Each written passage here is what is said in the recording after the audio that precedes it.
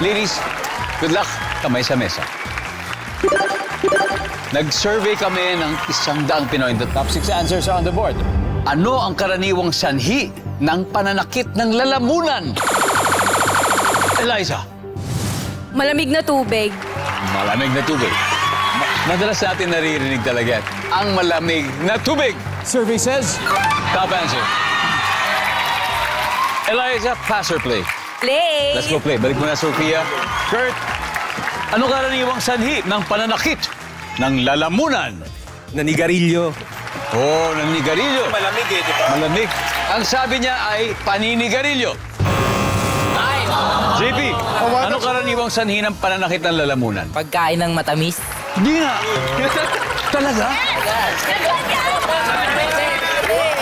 Survey says... Kuya Eric, ano karaniwang sanhi ng pananakit ng lalamunan? Kuya? Natinik o kaya nahirinan. Natinik. Natinik. Survey says... Yung Sofia, Adel, Eliza, karaniwang sanhi ng pananakit ng lalamunan? Pagsigaw ng malakas. Pagsigaw. Survey, nandiyan ba yan?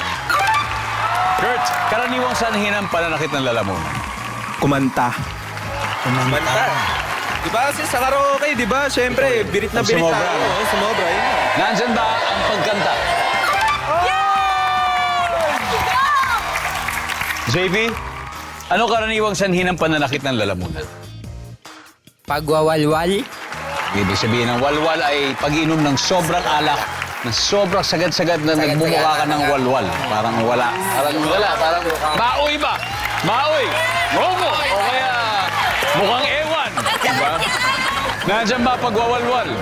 Wala. Sakit.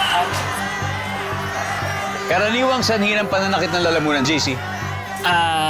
Sakit or COVID, yung mga ganun po. Influenza. Sakit. Mark?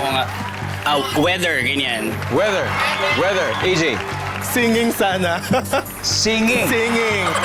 Sofia, karaniwang sanhi ng pananakit ng lalamunan, Sofia? Sakit or flu. Flu. Flu!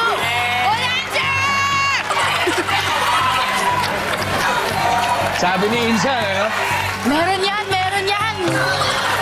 O sabi ni Insan, at sabi ni Sofia, sakit.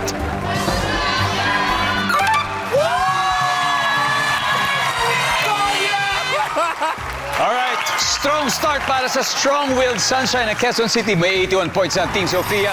Pero huwag kayong mawawala ng pag-asa, Team Eliza, dahil round 1 pa lang naman yan. At dahil meron pa, isa na lang pala itong hindi nakukuha sa board. So, ibig sabihin, ready na ba kayo manalo ng 5,000 pesos? O, dito tayo kay Team Eliza. Ikaw? My name is Belia po. Belia. Opo. How are you doing, Belia? I'm fine, actually. How about you? I'm great. Belia, ano sanhi ng pananakit ng lalamunan? Tonsil po.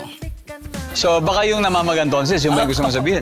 Tonsillitis. Tonsillitis, namamagang. Nandiyan ba ang tonsillitis? Yan! Okay.